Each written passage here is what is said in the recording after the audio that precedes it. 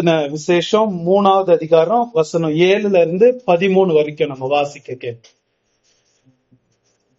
Philadelphia சபையின் தூதனுக்கு நீ எழுத வேண்டியதை எண்ணுகிறேன். பரிசுத்தம் உள்ளவரும் சத்தியம் உள்ளவரும் தாவீதின் திறவுகோலை உடையவரும் ஒருவரும் பூட்டக்கூடாதபடிக்கு திறக்கிறவரும் ஒருவரும் திறக்கக்கூடாதபடிக்கு பூட்டுகிறவர் சொல்லுகிறதாவது, உன் கிரியைகளை அறிந்திருக்கிறேன். உனக்கு கொஞ்சம் பலன் இருந்தும் நீ என் நாமத்தை மறுதலியாமல் என் வசனத்தை கை கொண்டபடியினாலே இதோ திறந்த வாசலை உனக்கு முன்பாக வைத்திருக்கிறேன், அதை ஒருவனும் பூட்ட மாட்டான். இதோ யூதர் அல்லாதிருந்தும் தங்களை யூதர் என்று பொய் சொல்லுகிறவர்களாகிய சாத்தானுடைய கூட்டத்தாரில் சிலரை உனக்கு கொடுப்பேன். இதோ அவர்கள் உன் பாதங்களுக்கு முன்பாக வந்து பணிந்து நான் உன்மேல் அன்பாயிருக்கிறதை அறிந்து கொள்ளும்படி செய்வேன். என் பொறுமையை குறித்து சொல்லிய வசனத்தை நீ காத்துக் கொண்டபடியினால் பூமியில் குடியிருக்கிறவர்களை சோதிக்கும்படியாக பூச்சக்கரத்தின் மேலெங்கும் வரப்போகிற சோதனை காலத்திற்கு தப்பும்படி நானும் உன்னை காப்பேன். இதோ சீக்கிரமாய் வருகிறேன். ஒருவனும் உன் கிரீடத்தை எடுத்துக் கொள்ளாதபடிக்கு உனக்குள்ளதை பற்றி கொண்டிரு. ஜெயம் கொள்ளுகிறவன் எவனோ அவனை என் தேவனுடைய ஆலயத்திலே தூணாக்குவேன், அது என்று அவன் ஒரு காலம் நீங்குவதில்லை. என் தேவனுடைய நாமத்தையும் என் தேவனால் பரலோகத்திலிருந்து இறங்கி வருகிற புதிய எருசலேமாகிய என் தேவனுடைய நகரத்தின் நாமத்தையும் என் புதிய நாமத்தையும் அவன் மேல் எழுதுவேன். ஆவியானவர் சபைகளுக்கு சொல்லுகிறதை காதுள்ளவன் கேட்க கடவன் என்று எழுது. இது வரைக்கும் நம்ம 7 சபைகள்ல 5 சபைகளை பார்த்து முடிச்சிருக்கிறோம். இது பாத்தீங்கன்னா ஒவ்வொரு சபையும் ஒரு வினோதமாக இருக்கிறத, பிரத்யேகமா இருக்கிறத, ஒரு யூனிக்கா இருக்கிறத நம்ம பாக்குறோம். ஒரு சபை இன்னொரு சபை மாதிரியே இல்லைங்களா? நம்ம படிச்சுட்டு வித்தியாசமா இருக்கு. ஏன் அப்படின்னா, கடவுள் அவருடைய பராமரிப்புல அந்த சபையும் சரி, அந்த சபையினுடைய சுற்றுச்சூழ்நிலை, அவங்க இருக்கிற நகரமும் எப்படி அதை பண்ணி இருக்கிறாருன்னா, இன்னுமே சரித்திரத்துல வரப்போற எல்லா சபைகளுக்கும் இந்த 7 சபைகள் ஒரு சாம்பிள். எல்லா சபைகளுக்கும் 7 சபை இப்படித்தான் இருக்க போகுது. வரப்போற எல்லா சரித்திரத்துல வரப்போற எல்லா சபைகளும் அவங்க எல்லாருடைய தேவைகளை நிறைவேறணும் என்பதற்காக அந்த காலத்துல அந்த 7 சபைகளை அப்படி அமைத்து அந்த சபைக்கு இந்த கடிதங்களை ஆண்டவர் எழுதிக்கிட்டு இருக்கிறத பாக்குறோம். இது ரொம்ப நமக்கு முக்கியம் இந்த பாடம். ஏன்னா இது ஒரு மெஷர், அளவுகோல் மாதிரி. இயேசு கிறிஸ்து ஒரு சபையை எப்படி பார்க்கிறார்? நான் ஒரு சபையில இருக்கிறேன். அந்த சபையில, இந்த சபையில இருந்து ஆண்டவர் என்ன எதிர்பார்க்கிறார்? எந்த சபையை குறித்து அவர் சந்தோஷப்படுறாரு? எந்த சபை மேல அவர் ரொம்ப கோபமா இருக்கிறாரு, தண்டிக்க வரப்போகிறேன், அழிக்க வரப்போகிறேன்னு சொல்றாரு அப்படின்றத இதை பார்த்து நம்ம படிச்சுக்க முடியாது இல்லைங்களா? இதை பார்த்து நம்மள சோதித்துக் கொள்ள முடியாது. அதுக்காகத்தான் இது கொடுத்திருக்கு நமக்கு. ஏன்னா எத்தனையோ பேர் அது அழிந்து போன பிறகு என்ன செய்ய முடியும்? அழிவதற்கு முன்பதாகவே இதை பார்த்து படிச்சுக்கிட்டு நம்மள அந்த குறை இருந்துச்சுன்னா நம்ம அதை மாத்திக்கலாம். அதுக்காகத்தான் இந்த அருமையான பாடங்கள் நமக்கு கொடுக்கப்பட்டிருக்கு. ஆனா சோககரமான விஷயம் என்னன்னா, எத்தனை சபைகள் இதை படிக்கிறாங்க, எத்தனை சபைகள் இதை பார்த்து நம்ம இதுக்கு ஏற்றபடி இருக்கிறோமான்னு பாத்துக்கிறாங்க. இது தெரியாம இருந்துச்சுன்னா என்ன ஆகும் தெரியுங்களா? அவங்க அந்த நிலையில இருப்பாங்க, அந்த ஜட்ஜ்மெண்ட், தண்டனையை அவங்க அனுபவிப்பாங்க. ஆனா அதுல அழிந்துதான் போவாங்க. இது அறியாம குருடா அவங்க ஆத்மாவை அழிச்சுக்குவாங்க. புரியுதுங்களா? அதுல இருந்து தப்பித்து கொள்வதற்கு ஒரு தேவன் பரிசுத்தரா இருக்கிறார். அவர் பரிசுத்தரா இருக்கும்போது தேவன் பாவத்தை பொறுத்துக்கிறது இல்லை. ஒரு பாவத்தை பொறுத்துக்கிறது இல்ல, அவர் பாவத்தை தண்டிக்கிறவர். அதான் நம்ம பாக்குறோம். ஏன் இது நம்ம பாக்குறோம், இந்த சபைக்கு ஏன் அவர் அப்படி அறிமுகப்படுத்தணும்? ஏன்னா எந்த இன்ட்ரோடக்ஷன் கொடுத்தாலும் அந்த சபைக்கு சம்பந்தப்பட்டதுதானே கொடுக்கிறாரு. ஏன் இந்த மாதிரி ஒரு இன்ட்ரோடக்ஷன் கொடுக்கணும்? தன்னை பரிசுத்தம் உள்ளவரா காட்டுறாரு. இதுல இருக்கிற ஒரு பெரிய அதிசயம் அதாங்க. ஏன்னா அந்த சபையை அவர் என்கரேஜ் பண்றதுக்கு இப்படி ஒரு இன்ட்ரோடக்ஷன் கொடுக்கிறார். என்ன என்கரேஜ்மெண்ட்னா, அந்த பரிசுத்தமுள்ள தேவன் இந்த சபைய அவருடைய ஊடுருவுகிற கண்களால பாக்குறார். பரிசுத்த கண்களால பார்த்து உங்க சபையை பார்க்கும்போது அவருக்கு உங்களை கடிந்து கொள்ள, உங்களை தண்டிக்கிற எந்த விதமான தப்பும் அவர் கண்ணுக்கு தெரியல. அது எவ்வளவு என்கரேஜ்மெண்ட் அந்த சபையை பத்தி. பரிசுத்தம் உள்ளவர் உங்களுக்கு எழுதுகிறதாவதுன்றாரு. அந்த பரிசுத்தம் உள்ள தேவன் உங்க சபையை பார்த்துட்டு உங்கள எந்த விதமான குறையும் அவர் பார்க்கல. அவரே ஒன்னும் குறை பார்க்கலன்னா அப்ப அது எவ்வளவு அருமையான சபையா இருந்திருக்கும் யோசிச்சு பாருங்களேன். அந்த பரிசுத்த தேவன் அந்த சபையை மெச்சித்துக்கிறாரு, அவங்கள ஒரு குறையும் பார்க்கலன்னா அது ரொம்ப பெரிய அழகான சபையா இருந்திருக்கும். அதுக்காகத்தான் அவங்கள சொல்றாரு அப்படி, நான் பரிசுத்தம் உள்ள தேவன் எழுதுகிறேன். இரண்டாவதாக என்ன சொல்றாரு? சத்தியம் உள்ளவர். சத்தியம் உள்ளவர். இது ரெண்டும், பரிசுத்தமும் சத்தியம். Holy and true, holy and true. பழைய ஏற்பாடுலயும் புதிய ஏற்பாடுலயும் நிறைய வரும் காடுக்கு பேர். அவர் ஹோலி, ஹோலி மாத்திரம் இல்ல, உண்மை உள்ளவர். அவர் சத்தியம் உள்ளவர். இதான் கடவுளுடைய கேரக்டர். பாக்குறோம், மகிமை மாட்சிமை நிறைந்தவர், சத்திய தேவன் நீரே. அவருடைய பரிபூர்ண பரிசுத்த மாத்திரம் இல்ல, பரிபூர்ண சத்தியம் உள்ளவர் கூட. இந்த உலகத்துல எல்லாம் பொய் மாயமாலும், பொய் நிறைந்த உலகத்துல, மாய நிறைந்த உலகத்துல ஒரே சத்தியம் இயேசு மாத்திரம் தான். அவர் சத்தியம் உள்ளவர். தன்னை அப்படி அடையாளம் காட்டுறார். அவர் சத்தியம் உள்ளவர். எந்த அளவுக்கு சத்தியம் உள்ளவர்னா சத்தியத்துக்காகவே செத்தவர். அதான பிலாத்துக்கிட்ட அவர் சொன்னார், நான் உன்னை காப்பாற்ற முடியும், என்கிட்ட நீ சொல்லுன்ன உடனே சத்தியத்துக்காகவே சாட்சி கொடுக்க நான் வந்தேன். சத்தியம் உள்ளவர் அவர், சத்தியம் உள்ளவர். அதுக்கு அர்த்தம் இன்னொன்னு கூட என்ன வருதுன்னா, ஜென்யூன். இங்கிலீஷ்ல ஜென்யூன், உண்மை உள்ளவர். ஜென்யூன் பார்ட்ஸ் சொல்லுவாங்க தெரியுங்களா? ஜென்யூன் பார்ட்ஸ், ஒரிஜினல், டூப்ளிகேட் இல்ல, இது ஒரிஜினல், ஜென்யூன், சத்தியம் உள்ளவர். இவருதான் ஜென்யூன் மேசியா, இவருதான் ஜென்யூன் தேவகுமாரன், இவருதான் ஜென்யூன் காட், இவருதான் உண்மை உள்ளவர், சத்தியம் உள்ளவர். இந்த அதிசயமான ஒரு என்கரேஜ்மெண்ட் அவங்களுக்கு. ஏன்னா இந்த பரிசுத்தம் உள்ள தேவன் அவர் அவங்கள பார்த்து எந்த விதமான கடிந்து கொள்ளும் அவருக்கு சொல்றது இல்லை. பரிசுத்த கண்களால பார்த்து அவங்கள மெச்சித்துக்கிறாரு, அவங்கள உற்சாகப்படுத்துறாரு.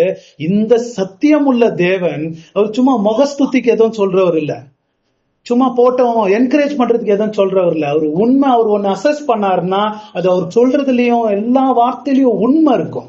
சத்தியம் உள்ளவர். அவர் அவங்கள புகழ்ந்து சொன்னார்னா அது உண்மைன்னு அர்த்தம். அவர் அவங்கள அனலைஸ் பண்ணி அவங்கள பத்தி ஒரு அசஸ்மெண்ட் பண்ணார்னா அது உண்மைன்னு அர்த்தம். அப்படிப்பட்ட தேவன் உங்களை புகழ்றாருன்னா அது எவ்வளவு என்கரேஜ்மெண்ட் அந்த சபைக்கு இருக்கும், யோசிச்சு பாருங்களேன். அதுக்காகத்தான் அந்த டேர்ம்ஸ் அவர் யூஸ் பண்றாரு, ஒரு பெரிய என்கரேஜ்மெண்ட்டுக்காக. உங்களை புகழ்றது யாரு?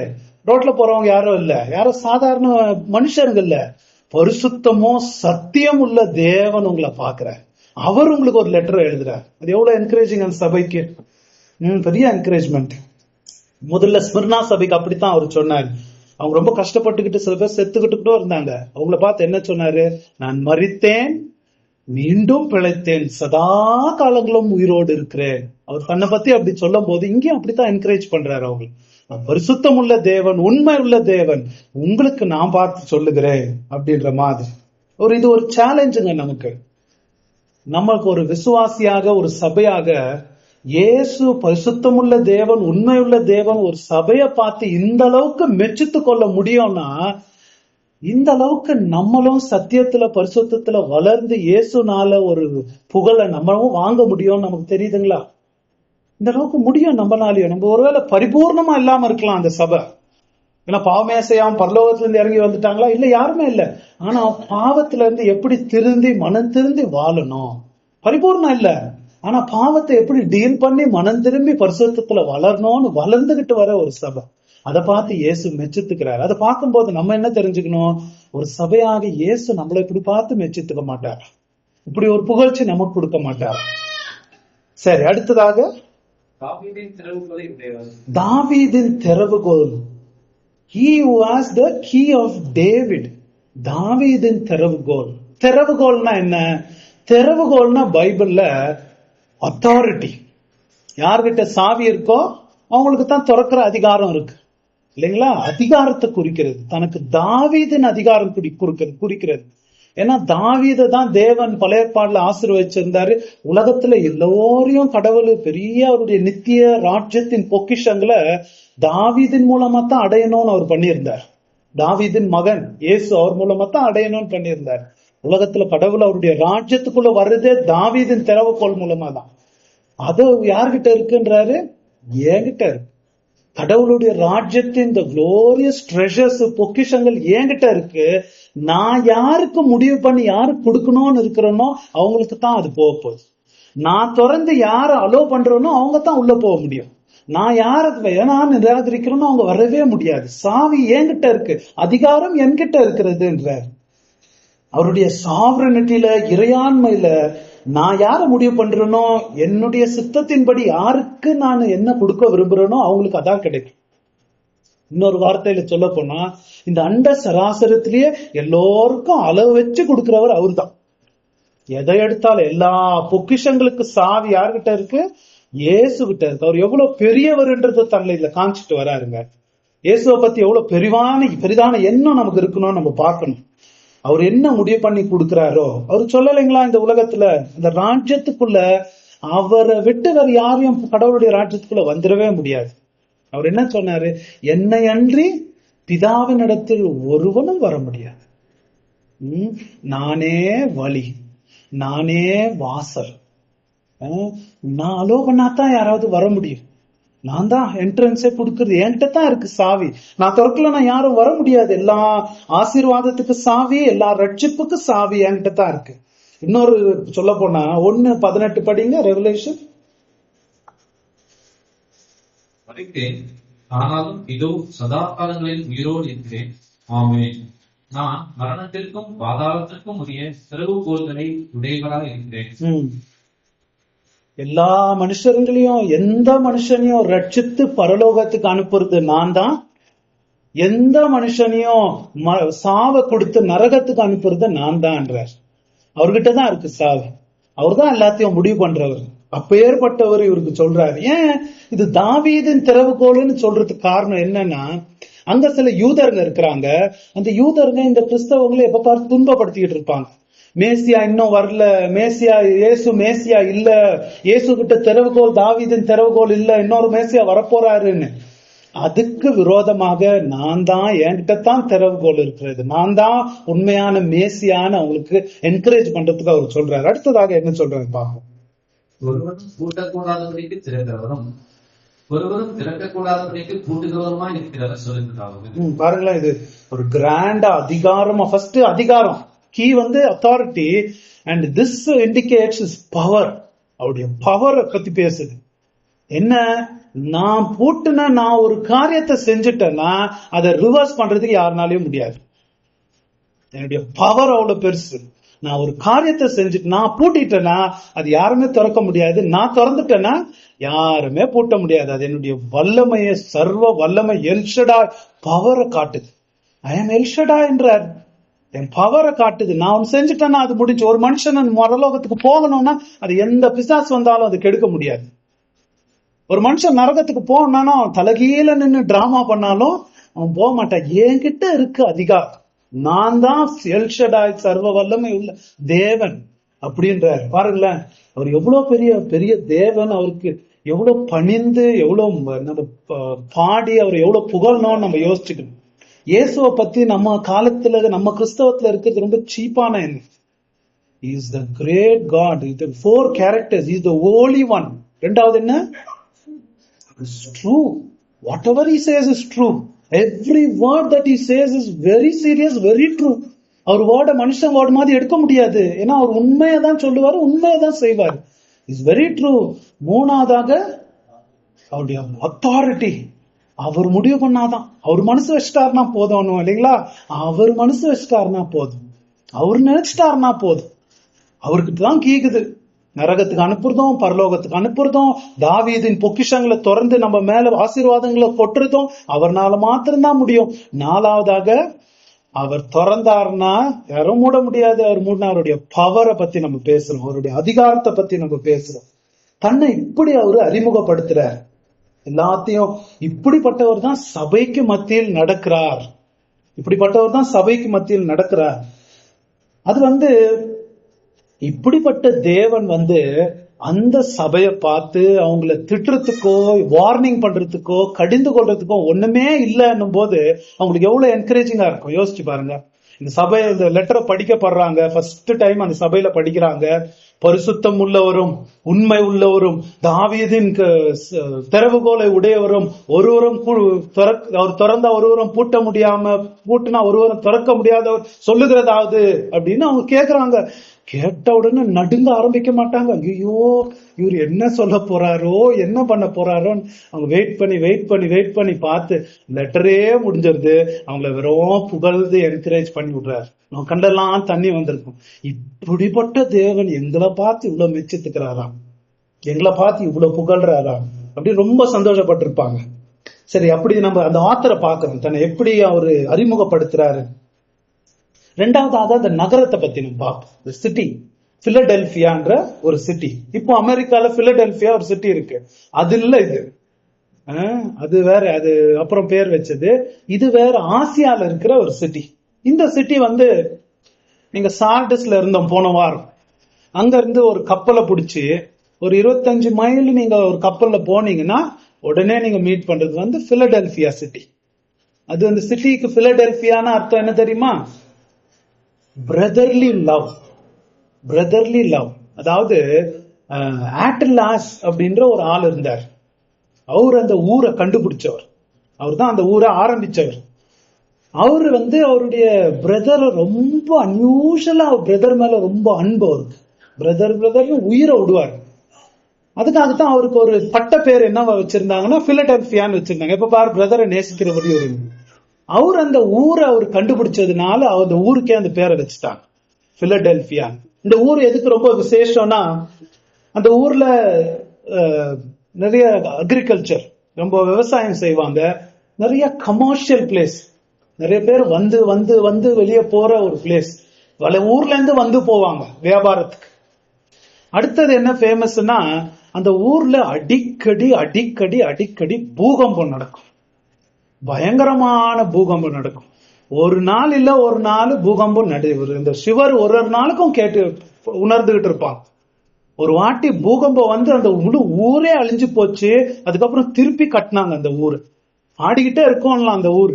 அந்த ஆடிக்கிட்டே இருக்கிற ஊர்ல ஒரு ஆடாத ஒரு சபை நம்ம பார்க்கணும். ஒரு நிலைத்திருக்கிற ஸ்திடப்படுத்தப்பட்ட ஒரு சபை.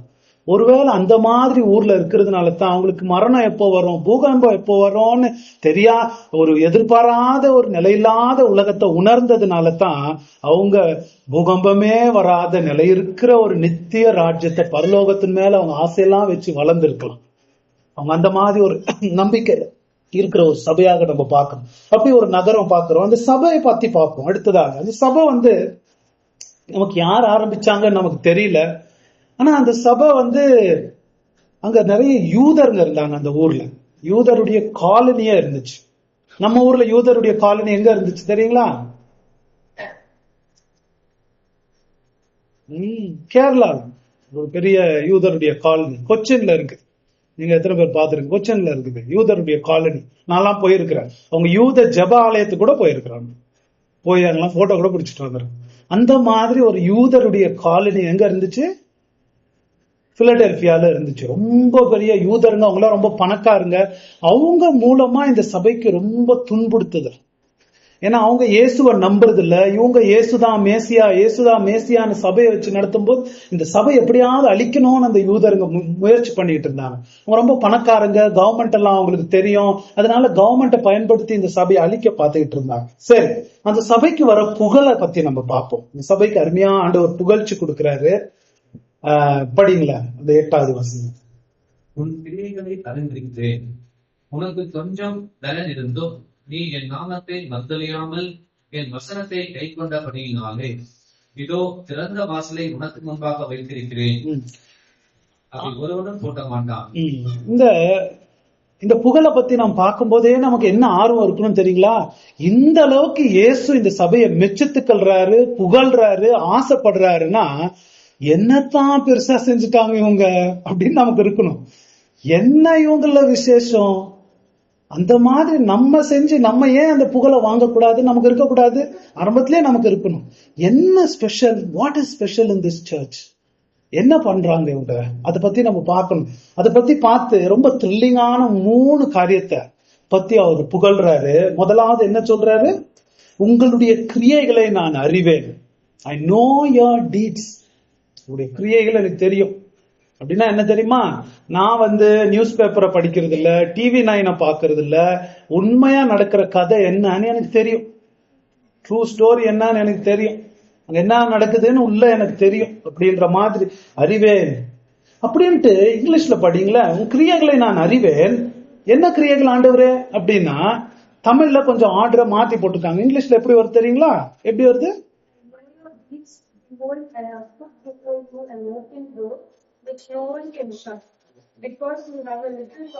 சரி, ஐ நோ யுவர் டீட்ஸ். உன் கிரியைகள் தெரியும். என்ன கிரியைகள் சொல்றதுக்கு முன்னாடி நடுவுல திடீர்னு ஒன்னு சேர்த்துறாரு. என்ன சேர்க்கிறாரு? உன் கிரியைகளை நான் அறிவேன், இதோ உனக்காக ஒரு பெரிய கதவை நான் திறந்திருக்கிறேன்றார்.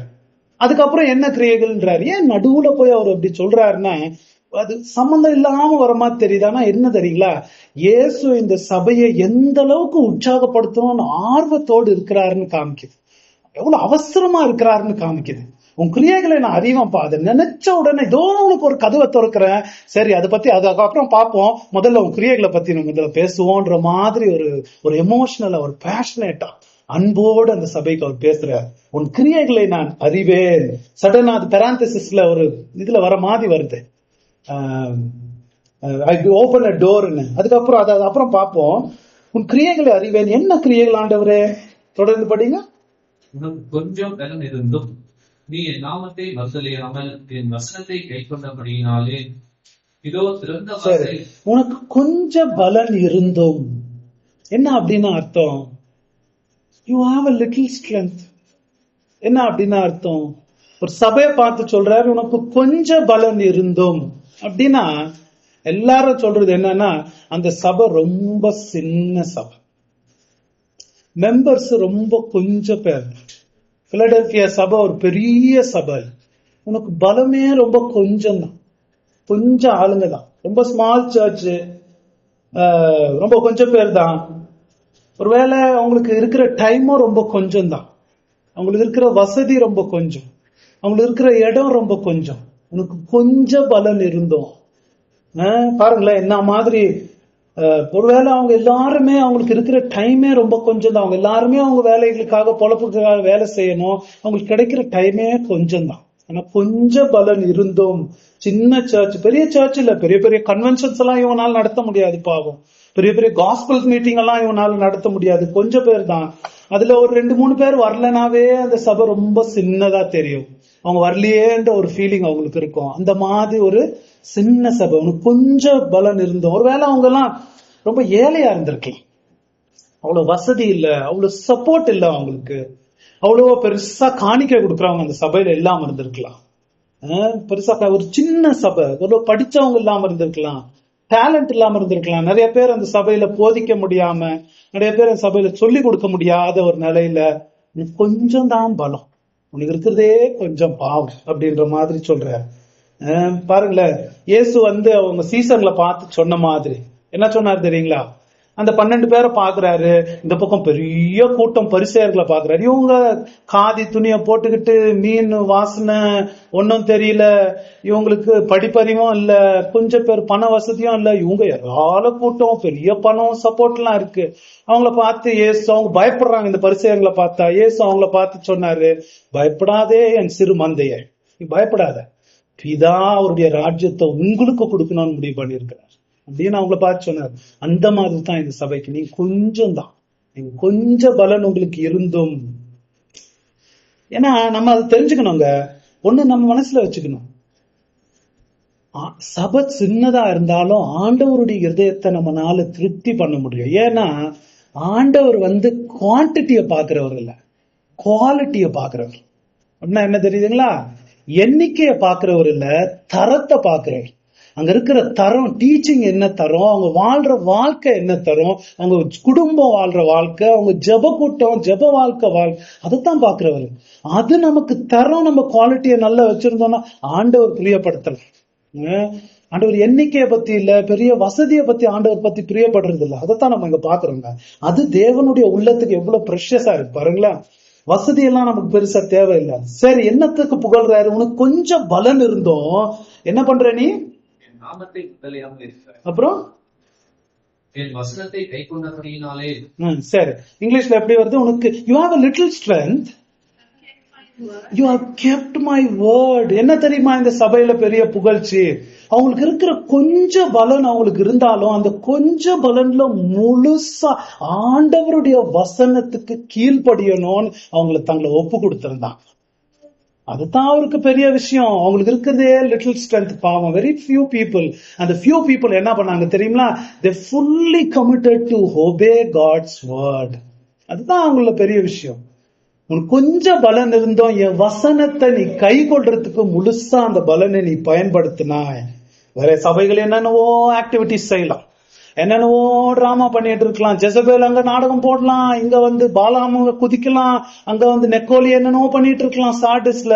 ஆனா நீ ஒரு சின்ன சபை, எனக்கு என் உள்ளத்துக்கு ரொம்ப பிரியமான சபை, உனக்கு கொஞ்சம் தான் வசதி, கொஞ்சம் தான் மெம்பர்ஸ், ஆனா நீ என்ன பண்ற?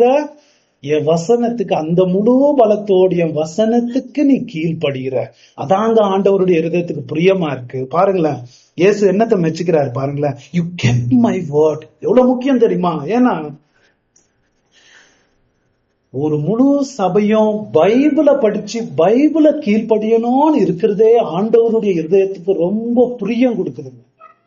அதை நம்ம பாக்குறோமா? Do we see what pleases God? God is pleased when we obey His word. When we obey His word, அதை பார்க்கிறோம் பாருங்களேன். ஏன்னா தேவ வசனத்துக்கு கீழ்ப்படியறது என்னத்தை நிரூபிக்க தெரியுங்களா? அது ஒரு உண்மையான மறுபடியும் பிறந்த சபைன்னு நிரூபிக்கும். அது ஒரு உண்மையான சபைன்றத எவிடன்ஸ் ப்ரூஃப் என்ன தெரியுமா? தேவ வசனத்துக்கு கீழ்ப்படுகிறது. முழுசா பைபிள்ல பாத்தீங்கன்னா ஒரு உண்மையா மறுபடியும் பிறந்தவர், ரட்சிக்கப்பட்டவன் யாரு? What is the evidence of salvation? எல்லாரும் சொல்லிக்கலாம், நான் ரட்சிக்கப்பட்டிருக்கேன், நான் பரலோகத்துக்கு போறேன். What is the evidence of salvation தெரியுங்களா? பைபிள்ல போட்டிருக்கு, என் வசனத்துக்கு கீழ்ப்படியுது. உதாரணத்துக்கு 2 வசனங்களை படிப்போமே. யோவான் 14:15 படிக்கும். 14:15.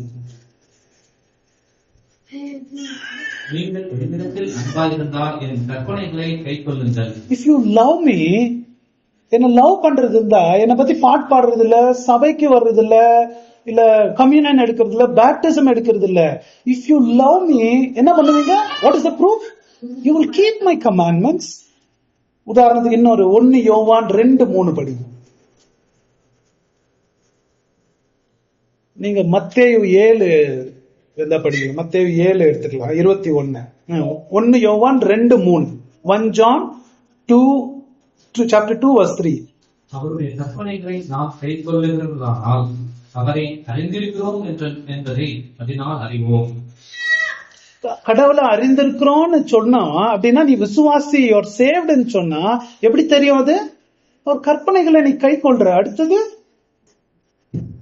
அவரை அறிந்திருக்கிறோம் என்று சொல்லியும் அவருடைய கற்பனைகளை கைக்காதவன் பொய்யனாகிறான், அவனுக்கு சத்தியம் இல்லை.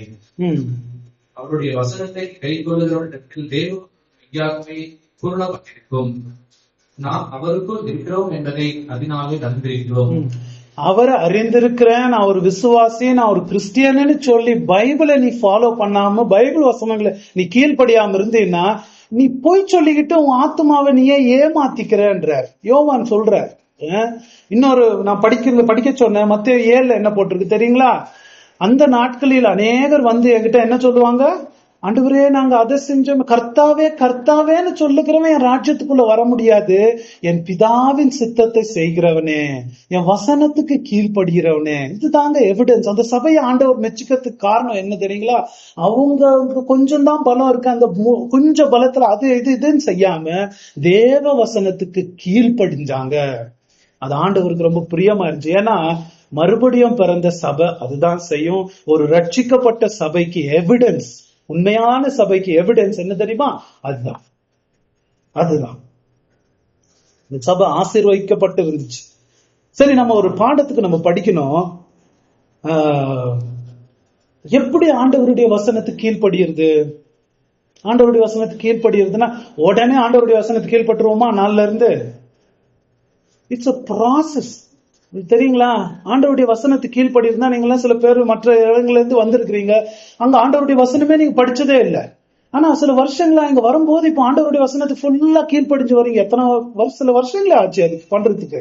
ஒரு ப்ராசஸ். முதலாவது என்ன செய்யணும் தெரியுங்களா? இந்த உலகத்திலேயே எல்லாத்த விட தி கிரேட்டஸ்ட் ட்ரெஷர், பெரிய பொக்கிஷமா ஆண்டவருடைய வசனத்தை மதிக்க கத்துக்கணும். எதுக்கு நம்ம மதிப்பு கொடுக்கறது இல்லையோ அதை ஈஸியா தூக்கி ஓரத்துல வச்சிருங்க. இல்லைங்களா? எது முக்கியம் நமக்கு வாழ்க்கையில? ஆண்டவருடைய வசனம். இந்த உலகத்திலேயே எனக்கு பெரிய பொக்கிஷம் ஆண்டவருடைய வசனம். அந்த மதிப்பு நம்ம கொடுக்க தெரியணும் ஆண்டவருடைய வசனத்தை. ஏன்னா மனுஷர்களுடைய 10,000 கோடி வருஷ கணக்குல கேட்டாலும் ஒரு பயன் ஆத்துமத்துல பயன்பட போறதில்ல. ஆண்டவருடைய ஒரு வசனம் போதும் நமக்கு உயிர் கொடுத்துரும். அந்த அளவுக்கு ப்ரெஷியஸ் இந்த வசனம். இத உலகத்திலேயே பெரிய பொக்கிஷமா நம்ம மதிக்கணும். முதலாவது மதிச்சுட்டு என்ன செய்யணும்? இந்த வசனத்தை விட்டு கிறிஸ்தவன்ற பேர்ல காந்தி தாத்தா சொன்ன மாதிரி எதையும் பார்க்க கூடாது, எதையும் கேட்க கூடாது, எதையும் பேசக்கூடாது. அதுதான் செய்யணும். வசனத்தை மதிக்கிறதுனா, வசனத்துல இருந்து நீ ஏதாவது சொல்லாத போனீங்கன்னா, வசனம் சப்போர்ட் பண்ணி சொல்லாம போனாங்கன்னா அந்த டீச்சிங்கை நம்ம கேட்கவே கூடாது. அதுதான் ஆண்டவருடைய வசனத்தை மதிக்கிறதுங்க. இதுதான் நம்ம ஆத்துமால அதிகாரம் செலுத்தக்கூடியது. தேவ வசனம் மாத்திரம் தான். இந்த போப்போ இல்ல, பிஷப்போ இல்ல, மனுஷனோ இல்ல, சபையும் இல்ல. This is the ultimate authority. இதுதான் பெரிய பொக்கிஷம். அதுதான் முதலாவது ஆண்டவருடைய வசனம், ஃபர்ஸ்ட் ஸ்டெப். ரெண்டாவதாக ஆண்டவருடைய வசனத்தை அதை படிக்கணும், அதை ஞாபகத்துல வைத்து அதுக்கு அர்த்தம் எதெல்லாம் என்ன போட்டிருக்குன்னு பார்க்கணும், அதுக்கு அர்த்தம் என்னன்னு பார்க்கணும், அது எப்படி நம்ம வாழ்க்கையில அப்ளை பண்றதுன்னு பார்க்கணும். உடனே இவங்க கீழ்படிஞ்சாங்கன்னு ஆண்டவர் மெச்சத்துக்கிறாரு. அதுக்கு முன்னாடி இதெல்லாம் அவங்க செஞ்சிருப்பாங்க. ஏன் ஆண்டவர் வசனத்துக்கு கீழ்படிஞ்சாங்க? அவங்க எதோ போய் படிச்சுக்கிட்டு இருக்கலாம். இல்ல, இந்த உலகத்திலேயே ஆண்டவருடைய வசனம் தான் பெருசுன்னு மதிச்சாங்க. ரெண்டாவதாக அதை படிச்சாங்க. அதை படிச்சு அதுக்கு அர்த்தம் என்னன்னு புரிஞ்சுக்கிட்டு அதுக்கு கீழ்படிஞ்சாங்க. அதை அவங்க வாழ்க்கையில அப்ளை பண்ணாங்க. அது பாக்குறோம், அது நடந்துச்சு. அதுக்கப்புறம் என்ன செய்யணும்? ஆண்டவருடைய வசனம் அதை ரொம்ப நேசிக்கணும். ஒரு தேன் என்ன பண்ணும் தெரியுங்களா? அந்த தேன் கூட்டுக்குள்ள போய் போய் எவ்வளவு அடிச்சு வரட்டினாலும் திருப்பி அங்கதான் வரும். இல்லைங்களா? திருப்பி திருப்பி திருப்பி. ஏன்னா ஆண்டவருடைய வசனம் ஒரு கடல் மாதிரி. நம்ம அதை கொஞ்சம் கொஞ்சமா பிடிச்சி அது டேஸ்ட் பண்ணும் போது தான், கொஞ்சம் சில வருஷங்கள் ஆன பிறகுதான் அதனோட ஞானமே நமக்கு புரிய ஆரம்பிக்குது. கவக்கன்னு ஒரு முட்டையை முழுங்கிற மாதிரி ஆண்டவருடைய வசனத்தை முழுங்க முடியாது நம்ம. It is a process. we have to spend time. அதனாலதான் ப்ராவர்ப்ஸ்ல நீங்க படிக்கிறீங்க, seek wisdom.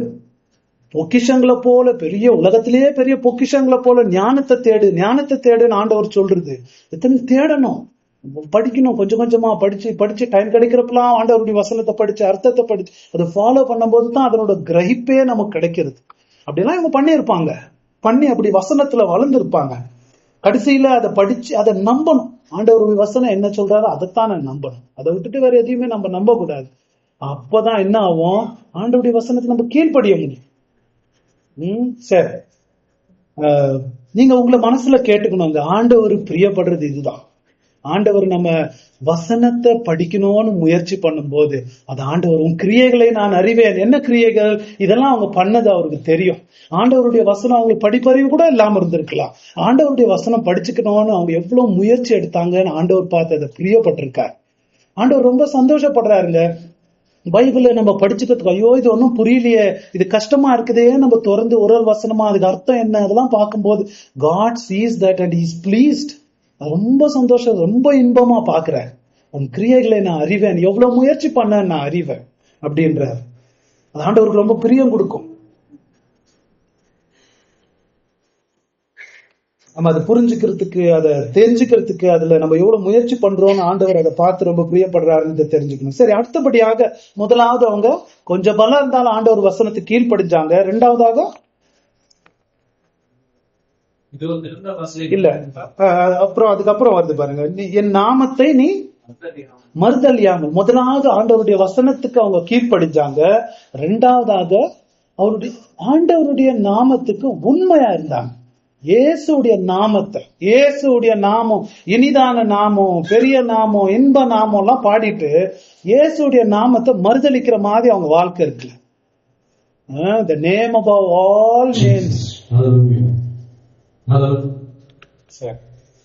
இயேசுடைய நாமம் எல்லா முழங்கால்களும் முடங்கும், எல்லா நாவுகளும் அவரே கர்த்தர் என்று அறிக்கையிடுவோம். அந்த நாமத்தை இவங்களை என்னதான் பண்ணி பார்க்கலாம், உயிரே எடுத்து பார்க்கலாம், இவங்க மறுதளிக்க மாட்டாங்க.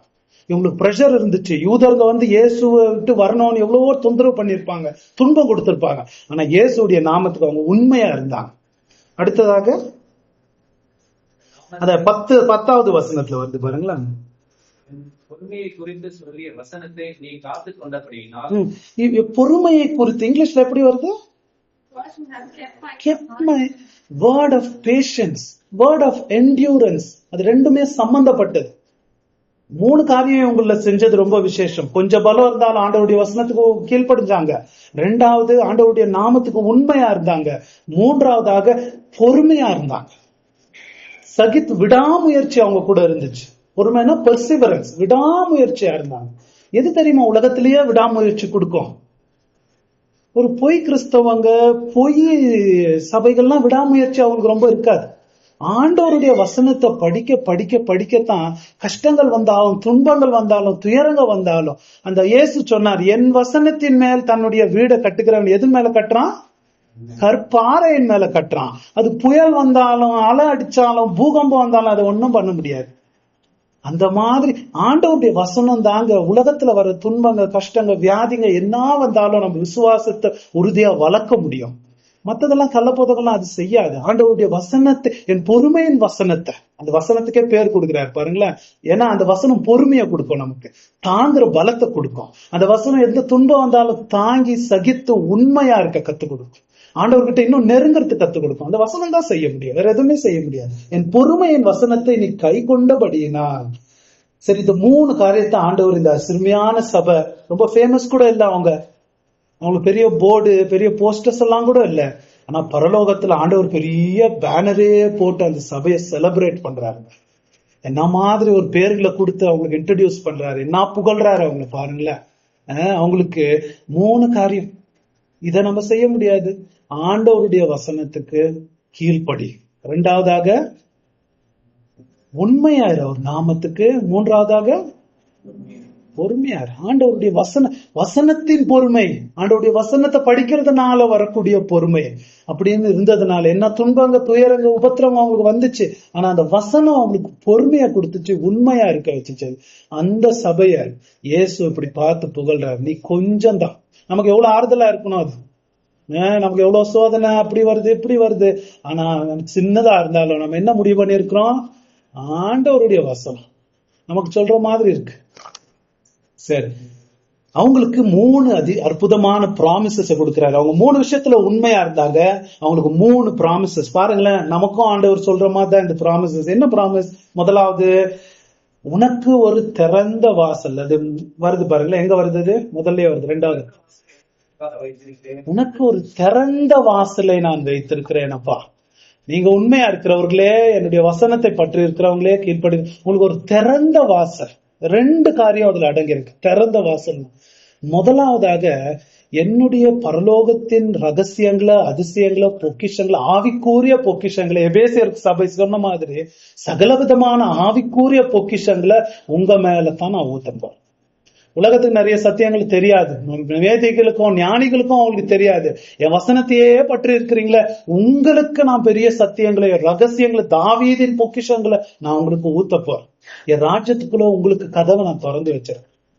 யுவர் வெல்கம், யுவர் வெல்கம் அப்படின்ற மாதிரி நித்திய ராஜ்யத்துக்குள்ள ஒரு இட்டர்னல் செக்யூரிட்டிங்க. கவலைப்படாதீங்க, உங்களுக்கு ஒண்ணுமே ஆகாது. கவலைப்படாதீங்க, ராஜ்யத்துக்குள்ள நீங்க வந்தே வருவீங்க.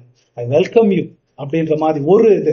2வது ரொம்ப முக்கியமானது என்னன்னா, என்ன சொல்றாரு? உங்களை ஒரு திறந்த வாசலை நான் வைத்திருக்கிறேன்னா, பைபிள்ல எங்க பாரு திறந்த வாசல் எதுக்கு பயன்படுத்தப்பட்டிருக்கு தெரியுங்களா? Gospel opportunity. உங்களுக்கு ஒரு பெரிய சுவிசேஷ சந்தர்ப்பத்தை நான் வச்சிருக்கிறேன். உங்க மூலமா அநேக பேர் என் வசனத்துக்கு உண்மையா இருந்து என் வசனத்தை கத்துக்கிட்டு வர்றீங்க இல்லையா? என் வசனம் தான் உயிர் கொடுக்கும், என் வசனம் தான் ரட்சிப்பை கொடுக்கும். இப்படி வளர்ந்து வருகிற சபையே, உங்களுக்கு ஒரு பெரிய சுவிசேஷ ஆப்பர்ச்சுனிட்டி கதவை நான் திறந்து வச்சிருக்கிறேன். நீங்க அநேக பேரை ரட்சிக்க போறீங்க, அதுக்கு நான் உங்களை நான் பயன்படுத்த போறேன்ற பெரிய காஸ்பல் ஆப்பர்ச்சுனிட்டி. ஏன்னா உதாரணத்துக்கு ஒரு வசனம் படிப்போமே, 1 கொரிந்தியர் 16:9.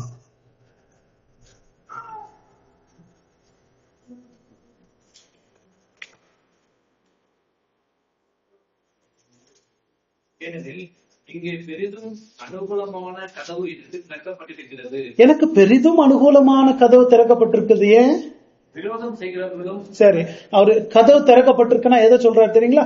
காஸ்பல் ஆப்பர்ச்சுனிட்டி எனக்கு கதவு திறந்திருக்காரு கடவுள். இன்னொரு வசனம் படிப்போம், 2 கொரிந்தியர் 2:12. ஒருத்தர் வேண்டா கொலோசியர் 4:2 படிக்கலாம். கொலோசியர் 4:2, 2 கொரிந்தியர் 2 கொரிந்தியர்ஸ் 2:12. மேலும் நான் கிறிஸ்துவின் சுவிசேஷத்தை பிரசங்கிக்கும்படி துரோவா பட்டணத்தில் வந்தபோது கர்த்தராலே எனக்கு கதவு திறக்கப்பட்டிருக்கையில் கர்த்தரால் எனக்கு கதவு திறக்கப்பட்டிருக்கையில் 1 கொலோசியர் 4:2. இடைவிடாமல் ஜெபம் பண்ணுங்கள். தொடர்ந்து படிங்க. ஸ்தோத்திரத்துடன் ஜெபத்தில் விழித்திருங்கள். கிறிஸ்துவனுடைய ரகசியத்தை நிமித்தம் கட்டப்பட்டிருக்கிற நான் அந்த ரகசியத்தை குறித்து பேச வேண்டிய பிரகாரமாய் பேசி அதை வெளிப்படுத்துவதற்கு திருவசனம் செல்லும்படியான வாசலை தேவன் தெரிந்தருளும்படி எங்களுக்காகவும் வேண்டிக் கொள்ளும். புரியுதுங்களா? இங்க எல்லாமே என்ன போட்டிருக்கு? கதவு திறக்கப்பட்டிருக்கு. கதவு திறக்க ஒரு பெரிய காஸ்பல் ஆப்பர்ச்சுனிட்டி உங்களுக்கு திறந்து வச்சிருக்கிறேன்றார் ஆண்டவர். அதுதான் அவங்களுக்கு ப்ராமிஸ் பண்றாரு. இது எந்த சபைக்குங்க என்கரேஜிங்கா எல்லாருக்கும்? எந்த பாஸ்டருக்குங்க? சில பாஸ்டருங்க நானும் ஏன்னா பெரிய பாரம் ஆத்மாக்கள் ரட்சிக்கப்படணும். நமக்கெல்லாம் இல்ல அந்த பாரம். ஆத்மாக்கள் ரட்சிக்கப்படணும். ஆண்டவர் ப்ராமிஸ் பண்றாரு, நான் தான் கதவை திறக்கிறேன், சாவி என்கிட்ட இருக்கு. இப்படி வளர்ற சபைக்கு உங்களுக்கு ஒரு பெரிய காஸ்பல் ஆப்பர்ச்சுனிட்டி நான் வச்சிருக்கேன். அநேக பேருக்கு ரட்சிப்பு கொண்டு வருகிற கருவிகளா நான் உங்களை பயன்படுத்த போறேன். என்ன ஒரு என்கரேஜ்மெண்ட், என்ன ஒரு ப்ராமிஸ் பாருங்களேன் சொல்றாரு அவரு. சரி, அடுத்தது ஏன்னா அந்த நகரம் ஒரு பெரிய கமர்ஷியல் இடம். பெங்களூர் மாதிரி ஒரு பெரிய கமர்ஷியல் இடம், பெரிய ஆப்பர்ச்சுனிட்டி, அநேக பேர் போவாங்க. அந்த மாதிரி ஒரு சென்டர் பிலடெல்பியால அநேக பேருக்கு சுவிசேஷம் பரவுவதற்கு நான் உங்களை பயன்படுத்த போறேன் அப்படின்றார். சரி, அடுத்ததாக 9 வசனம். இதோ யூதர் அல்லாதிருந்தும் தங்களை யூதர் என்று பொய் சொல்லுகிறவர்களாகிய சாத்தானுடைய கூட்டத்தாரில் சிலரை உனக்கு கொடுப்பேன். இதோ அவர்கள் உன் பாதங்களுக்கு முன்பாக வந்து பணிந்து நான் உன்மேல் அன்பா இருக்கிறதை அறிந்து கொள்ளும்படி செய்வேன். இது பாருங்களேன், இந்த பிஹோல்ட், இதோ இதோ பிஹோல்டுனா என்ன தெரியுமா? அது மாத்திரம் இல்ல, இதை உன்னால் நம்ப முடியுமா அப்படின்ற மாதிரி இன்னும் கூட உனக்கு என்ன செய்ய போறேன்னு தெரியுமா அப்படின்னு என்கரேஜ்மெண்ட் மேல இன்னும் கங்க்ராச்சுலேஷன்ஸ் கங்க்ராச்சுலேஷன்ஸ் கங்க்ராச்சுலேஷன்ஸ் மாதிரி அந்த சபைக்கு சொல்றாரு. இதோ அது மாத்திரம் இல்ல, இதை உன்னால் நம்ப முடியுமா? யூதர்கள் யூதர்கள் இல்லாதவர்கள் தங்களை யூதர்கள் கூப்பிட்டுக்கிறவங்க உன் காலில் உழுவும்படிக்கு நான் செய்ய போறேன். என்ன துன்பப்படுத்துகிற யூதருங்க உன் காலில் உழுவும்படிக்கு நான் செய்ய போறேன். அவங்க தங்களை யூதர்ங்கன்னு கூப்பிட்டுக்கலாம். ஸ்மிர்னா சபையிலயும் இது இருந்துச்சு, ஞாபகம் இருக்குங்களா? 2:9 ரெவலேஷன்ல போட்டிருக்கு, தங்களை அவங்க யூதர்ங்கன்னு கூப்பிட்டுக்கிறாங்க, யூத சபைன்னு கூப்பிட்டுக்கிறாங்க. அவங்கள கடவுள் என்ன சொல்றாரு? அவங்க பிசாசின் சபை அப்படின்றார். they are synagogue of Satan அப்படின்றார். இங்க அவங்க யூதர்ங்கன்னு கூப்பிட்டுக்கிறாங்க, ஆனா அவங்க யாரு? பொய்யருங்க, பொய் சொல்றாங்க. அவங்க வேணா சரீர பிரகாரமா யூதரா இருக்கலாம், யூதங்களுக்கு பிறந்தவங்களா இருக்கலாம், சடங்கு செய்யறவங்களா இருக்கலாம், அதெல்லாம் செய்யறவங்க. ஆத்மீக பிரகாரமா அவங்க யூதர்களே இல்ல அப்படின்ற யூதர்கள் இல்ல அவங்க. அதனாலதான் சபையை துன்பப்படுத்துறாங்க. நான் என்ன பண்ண போறேன்? அவங்கள என்ன செய்ய வைக்க போறேன்? உங்க காலில் உழுவும்படிக்கு செய்ய போறேன். என்ன தெரியுங்களா? இது பழையற்பாடு ஒரு பெரிய ப்ராமிஸ்ங்க. ஏன்னா பழையற்பாடுல ஐசாயாவும் சரி எசேக்கியலும் சரி யூதர்களுக்கு அடிக்கடி அவங்களுக்கு திருப்பி சொன்னது என்னன்னா, அவங்களுடைய எதிர்காலம் எப்படி இருக்க போது தெரியுமா? மத்த எல்லா ஜாதிகளும் உங்க காலில் விழுந்து நீங்க வணங்குற தேவன் தான் உண்மையான தேவன்னு சொல்லி உங்க காலில் உழுவ போறாங்கன்னு சொல்றாரு. நிறைய வசனங்கள் இருக்கு, வந்தா நமக்கு டைம் இல்ல, 1-2 வசனத்தை படிப்போம். ஐசாயா 45:14 படிங்களா? ஒருத்தர் 60:14 படிக்கணும். ஐசாயா. எகிப்தின் சம்பாத்தியமும் எத்தியோப்பியாவின் வர்த்தக லாபமும் நெடிய ஆட்களாகிய சபையோரின் வர்த்தக லாபமும் உன்னிடத்திற்கு தாண்டி உன்னுடையதாகும். அவர்கள் உன் பின்னே சென்று விலக்கிடப்பட்டு நடந்து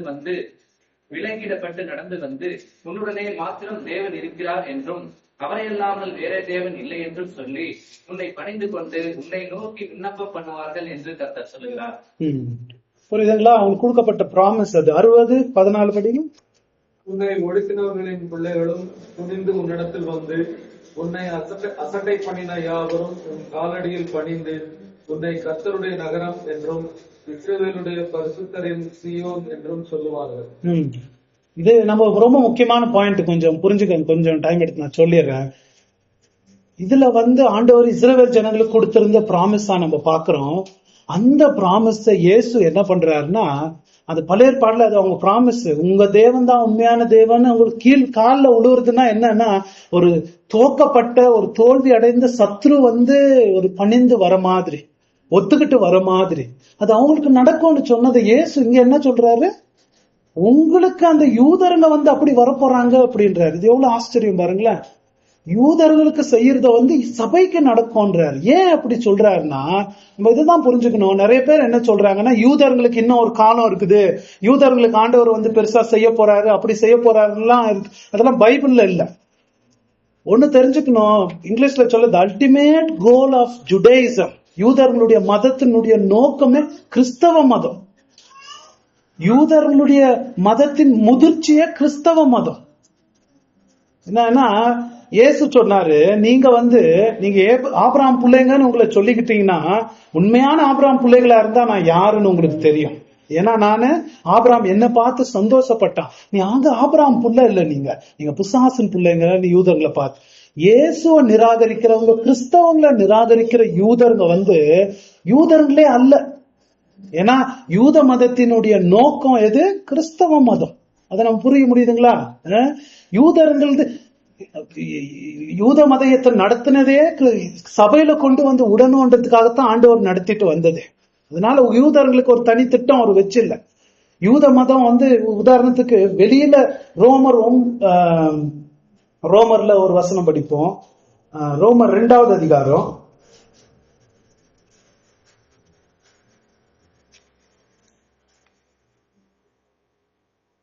29 படிங்க. அதை நோட் பண்ணல. உள்ளத்திலே யூதனானவனே யூதன், எழுத்தின்படி உண்டாகாமல் ஆவியின்படி இருதயத்தில் உண்டாகும் விருத்த சேதனமே விருத்த சேதனம். உள்ளத்தில் உண்மையா யூதனா இருக்கிறவன் தான் யூதன். நான் யூத மதத்துல பிறந்தேன், யூதர்களுக்கு பிறந்த யூத தேசத்துல இருக்கிறன்றதுனால யூதன் இல்ல, ஆத்மீகத்துல யூதனா இருக்கிறவன் தான் யூதன் அப்படின்றார். இதுல என்ன பாயிண்ட் ஆண்டவர் சொல்றாருன்னா, அந்த இஸ்ரவேலுக்கு கொடுக்கப்பட்ட வாக்கு தத்தங்கள்லாம் எங்க நிறைவேற போகுது? சபைக்கு தான் நிறைவேற போகுது, சபைக்குள்ளதான் நிறைவேற போகுது. அந்த யூதருங்க உன் கால்ல விழுந்து உன்னை நான் நேசிச்சேன்றத அவங்க ஒத்துக்கொள்ள போறாங்க. அவங்க எந்த மேசியாக்காக காத்திருந்தாங்களோ, எந்த மேசியாக்காக ஏங்கிக்கிட்டு இருந்தாங்களோ, அந்த மேசியா எதுக்காக மரித்தாருன்னு பைபிள்ல போட்டிருக்கு? சபைக்காக மரித்தாருன்னு ஒத்துக்கிட்டு உங்க கால்ல அவங்க உளும்படிக்க நான் செய்ய போறேன். உதாரணத்துக்கு சிம்பிளா சொல்ல போனோம்னா, அந்த உங்களை துன்பப்படுத்துற யூதர்கள்ல அநேக பேர் கன்வெர்ட் ஆகி உங்க சபையில சேர போறாங்கன்னு அர்த்தம். அதுதான் அவர் சொல்றார். உங்களை துன்பப்படுத்துகிறவங்களே அவங்க மனம் திரும்பி இவர்தான் மேயான தேவன்னு நம்பி வரும்படிக்கு நான் செய்ய போறேன் அப்படின்றார். சரி, கடைசியில அவங்களுக்கு ஒரு ப்ராமிஸ கொடுக்கிறாரு, அதை பார்ப்போம். இதோ சீக்கிரமாய் வருகிறேன், ஒருவரும் கிரீடத்தை எடுத்துக் கொள்ளாதபடிக்கு. இல்ல, அதுக்கு முன்னாடி அந்த உபத்திரம், உலகம் முழுவதும் வர உபத்திரம்னு ஒண்ணு வருஷம் வருது. என் பொறுமையை குறித்து சொல்லிய வசனத்தை நீ காத்துக் கொண்டபடியினால் பூமியில் குடியிருக்கிறவர்களை சோதிக்கும்படியாக குருச்சக்கரத்தின் மேலெங்கும் வரப்போகிற சோதனை காலத்திற்கு தப்பும்படி நானும் உன்னை காப்பேன். சோதனை காலம் உலகம் முழுவதுமா வரப்போற ஒரு சோதனை காலம் வரப்போது, அதுல நான் உன்னை காப்பேன் அப்படின்றார். இதை பிடிச்சுக்கிட்டு சில பேர் என்ன சொல்லுவாங்கன்னா, வரப்போகுது ஃபியூச்சர்ல ட்ரிபுலேஷன் வரப்போகுது, மகா உபத்திரவ நாள் வரப்போகுது, அதுல இருந்து காப்பேன். ஆனா அவர் அதை பத்தி சொல்லல. ஒருவேளை அது வந்தா வரலாம், அதை பத்தி சொல்லல. ஏன்னா பிலடெல்பியா சபைக்கும் ஆயிரக்கணக்கான வருஷத்துக்கு அப்புறம் வரப்போற ட்ரிபுலேஷனுக்கும் என்ன சம்பந்தம்? அவங்க அந்த டைம்ல இருந்தவங்க இல்லைங்களா? அவர் என்ன சொல்றாரு, இன்னும் வரப்போது ஒரு சபை, ஒரு உபத்திரம் வரப்போகுது. அந்த உபத்திரம் எதுக்கு வருதுன்றாரு?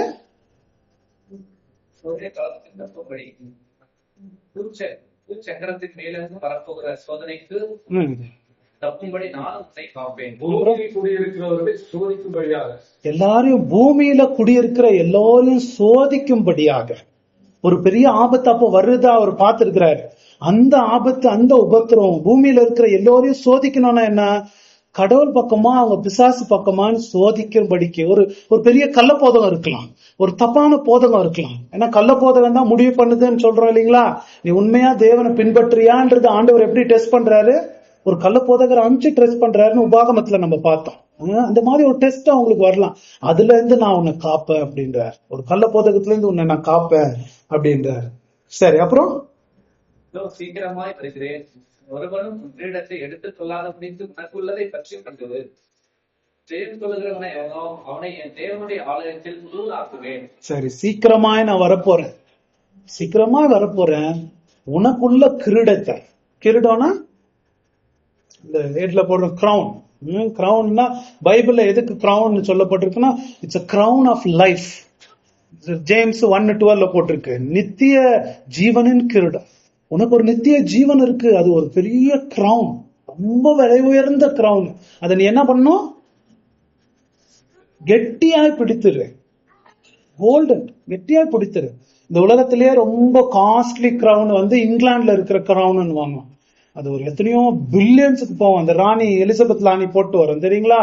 அதுல வந்து ஒரு 2500 டைமண்ட், 2500 பேர்ல், ஜாஸ்பர், ரூபி எல்லாம் அதுல போட்டிருப்பாங்களா, எத்தனையோ பில்லியன் காஸ்ட்லி.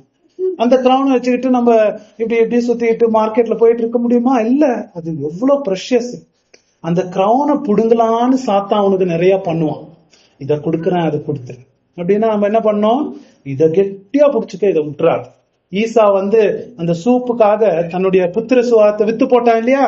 அந்த மாதிரி ஏமாந்துராது. அந்த கிரவுன் இட்டர்னல் லைஃப், எதுவுமே அதுக்கு விலையீடு கொடுக்க முடியாது. இட்டர்னல் லைஃப், அதை விட்டுறாரு. அந்த கிரவுனை கெட்டியா புடிச்சுக்க. இதை கொடுக்கறேன், உனக்கு நிறைய பில்டிங்ஸ கொடுக்கறேன், உனக்கு நிறைய பணத்தை கொடுக்கறேன், உனக்கு நிறைய வசதியை கொடுக்கறேன், வா வான்னு சாத்தான் கூப்பிட்டானா, கள்ளப்போத உன்னை கூப்பிடுச்சுன்னா இந்தா எடுத்துக்கான்னு கொடுத்துருன்றாரா? இல்ல, இதை விட்டுறாத. எதுவுமே முக்கியம் இல்ல, எல்லாம் அழிஞ்சு போகுது. இதை விட்டுறாத. கீழே சீக்கிரமா நான் வரப்போகிறேன், இந்த உலகம் அழிய போகுது, நான் கொடுத்த நித்திய ஜீவன், அது பெரிய கிரவுன், அதை பிடிச்சுக்கன்ற. அப்புறம் ஜெயம் கொள்ளுகிறவன் எவனோ அவனை என் தேவனுடைய ஆலயத்தில் தூணாக்குவேன். ஜெயம் கொள்ளுகிறவன் எவனோ என் தேவனுடைய ஆலயத்தில் தூணாக்குவேன்னா அந்த ஜனங்களுக்கு ரொம்ப ஆறுதலா இருக்கும். ஏன்னா எப்ப பாரு பூகம்பத்துல அடிபட்டு எந்த பக்கத்து வீட்டுல அங்க ஓடலாமா இங்க ஓடலாமான்னு இருக்கு. ஒரு நிரந்தரமே இல்லாத தவிக்கிற அந்த மக்களுக்கு ஒரு பூகம்பம் வந்துச்சுன்னா அசையாதது ஒண்ணுதான் சொல்லுவாங்க. என்ன தெரியுங்களா? தூண். பில்லர் போட்ட பில்டிங் தான் ஒன்னும் ஆவாதுன்னு வாங்க. பூகம்பம் வர டைம்ல சின்ன சின்ன பூகம்பம்லாம் அது ஒண்ணும் பண்ண. தூணாக்குவேன் அப்படின்னா தேவனுடைய ஆலயத்துல உங்களுக்கு ஒரு பர்மனன்ட் இடம். பரலோகத்துல உங்களுக்கு அழைக்கிறது மாத்திரம் இல்ல, வெல்கம் பண்ண போறது மாத்திரம் இல்ல, பரலோகத்துல பெர்மனன்ட் ஒரு பில்லர்ஸ் மாதிரி நீங்க இருக்க போறீங்க. ஒரு பெர்மனன்ட் இடம். ஒரு நிலையில்லாத நகரத்துல நீங்க கஷ்டப்படுறீங்களே, ஆனா என் ஹெவன்லி கிங்டம்ல உங்களுக்கு என்ன இருக்க போகுது? உங்களை வெல்கம் பண்றது மாத்திரம் இல்ல, you be pillars in the kingdom of heaven. என் தேவனுடைய ஆலயம்னா பரலோகம். அது அங்க நீங்க என்னவா இருக்க போறீங்க? யூ பி பில்லர்ஸா இருக்க போறீங்க. அவங்களுக்கு ரொம்ப அட்ராக்டிவா இருந்திருக்கும். தூணாக்கு வேணும் போது ஒரு நிரந்தரமான ஒரு இடம். அங்க இருந்து என்ன போட்டிருக்கு? அப்புறம் ஒரு காலம் நீங்குவதில்லை, ஒரு காலம் நீங்குவதில்லை. ஒரு சங்கீதத்துல ஒரு வசனம் வருது, என்னுடைய ஜெபம் இது ஒண்ணுதான், ஆண்டவருடைய ஆலயத்தில் சதா காலங்களும் நின்று நான் ஆண்டவருடைய அழகையே பார்த்துக்கிட்டு இருக்கணும், அதான் என்னுடைய ஆசை. இவங்களுக்கு அந்த ஆசீர்வாதம். தேவனுடைய பரலோகத்துல நீங்க பில்லர்ஸா இருக்க போறீங்க. அங்க இருந்து நித்தியத்துக்கு அப்புறம் உங்களை வெளியவே எடுத்த முடியாது. நீங்க எப்ப பாரு அங்கதான் இருக்க போறீங்க. You be pillars. அவங்க இல்லைன்னா அந்த நிக்க பில்லர்ஸ் எல்லாம் நிக்க முடியுமா? அந்த மாதிரி அவ்வளவு ஸ்பெஷலா நீங்க இருக்க போறீங்க. ஐ வெல்கம் யூ பரலோகத்துக்கு. என்ன ப்ராமிஸ் கொடுக்குற? அப்புறம் என் தேவனுடைய நாமத்தையும் என் தேவனால் பரலோகத்தில் இருந்து இறங்கி வருகிற புதிய எருசலேமாகிய என் தேவனுடைய நகரத்தின் நாமத்தையும் புதிய நாமத்தையும் அவன் பேர் எழுதுவேன். பாருங்க, ஒரு ட்ரிபிள் நேம்ஸ். ஒரு வாட்டி பேர் எழுதுனா பத்தாதா? இல்ல, 3 வாட்டி எழுதுன்ற மாதிரி என் தேவனுடைய நாமம் எழுதுறதுனா என்ன அர்த்தம்? நம்ம எதுக்கு ஒரு பேரை எழுதி வைக்குவோம்? எந்தது எனக்கு சொந்தம், அது என்கிட்ட இருந்து யாரும் எடுக்க முடியாது. ஸ்டீல் பாத்திரத்தெல்லாம் எழுதி வைக்குவோம் இல்லைங்களா? இந்த எந்துன்ற மாதிரி, அந்த மாதிரி அவன் பேர்ல கடவுளுடைய பேர் இருக்கும். அடுத்தது என்ன இருக்கும்? பரலோகத்தின் பேர், பரலோகத்துக்கு சொந்தமானவன் பேர் இருக்கும். அடுத்தது இயேசுக்கு சொந்தமானவன் பேருன்னு பேர் இருக்குமா. 3 பேர். You belong. உலகத்துல யாருக்குமே நான் சொந்தம் இல்லை, எனக்கு யாருமே இல்லை, யாருமே நான் மதிக்க மாட்டேறாங்க, நீ கவலைப்படுறியா? என்கிட்ட, என் ராஜ்யத்துக்குள்ள என் பேரை, என் நகரத்தின் பேரை, என் புதிய பேரை உன்னுல எழுதி நித்தியமான அவன் சொந்தம் கொண்டாட போறேன். நித்தியமா என் வீட்டுல தூணாகவும் என் சொந்தமாகவும் நீ இருக்க போற அப்படின்னு அவங்களை என்கரேஜ் பண்ற. ஒரு சிறு சபை, பேர் தெரியாத சபை, கொஞ்சம் தான் அவங்களுக்கு பலர். என்ன என்கரேஜ்மெண்ட்டுங்க, என்ன ஒரு ஒரு பேரு, என்ன ஒரு புகழ், என்ன ஒரு கங்க்ராச்சுலேஷன்ஸ் அவங்களுக்கு. இதாங்க பிலடெல்பியா சபைக்கு வந்த புகழ்ச்சி. நமக்கு என்ன கேள்வி இருக்கணும்? ஆண்டவர் நமக்கு இதை சொல்றாரா? இதை சொல்றவர் சபையா நம்ம இருக்கணும்னா நம்ம கொஞ்சம் பலம் இருந்தாலும் நம்ம என்ன செய்யணும்? ஆண்டவருடைய வசனத்துக்கு கீழ்ப்படியணும், நாமத்துக்கு உண்மையா இருக்கணும். என்ன துயரம், கஷ்டம், பிரச்சனை, ப்ராப்ளம்ஸ் வந்தாலும் அவருக்கு உண்மையா இருந்து விடாமுயற்சியா பொறுமையா தொடர்ந்து வளர்ந்து போகணும். That's all. We are Philadelphian Church. இந்த ப்ராமிஸ் எல்லாம் நமக்கும் உண்டு. இங்க இருக்கிற கிறிஸ்தவங்க நம்ம உண்மையா கிறிஸ்தவர்களா? இன்னும் சபையில் இல்லாதவர்கள் நீங்க சில பேர், நம்ம உண்மையா கிறிஸ்தவர்களா? கிறிஸ்தவங்களுக்கு அடையாளம், இயேசு ஏற்றுக்கொள்ளுகிற அடையாளம் என்ன? நீ பார்த்திருக்கோம் இல்லைங்களா? என் வசனத்துக்கு நீ கீழ்ப்படியிறது, என் வசனத்துக்கு நீ கீழ்ப்படியிறது. அப்படி கீழ்ப்படுகிறவர்களா இருந்தோம்னா அவர் இந்த ப்ராமிஸ், இட்டர்னல் ப்ராமிசஸ் கொடுக்கிறார். கிரீடம், இட்டர்னல் லைஃப். அதை எடுக்கணும்னு தான் இந்த சாத்தான் கள்ளப்போதெல்லாம் நம்மள அழிக்க பாக்குறது. நம்ம இட்டர்னல் லைஃபை கெடுத்துடணும், அதுக்குதான் பாக்குறது. அதெல்லாம் நம்ம விட்டு ஆண்டவருடைய கிரீடம், அவருடைய வார்த்தைக்கு நம்ம கீழ்ப்படிந்து வரும். ஜெபம் செய்வோம்.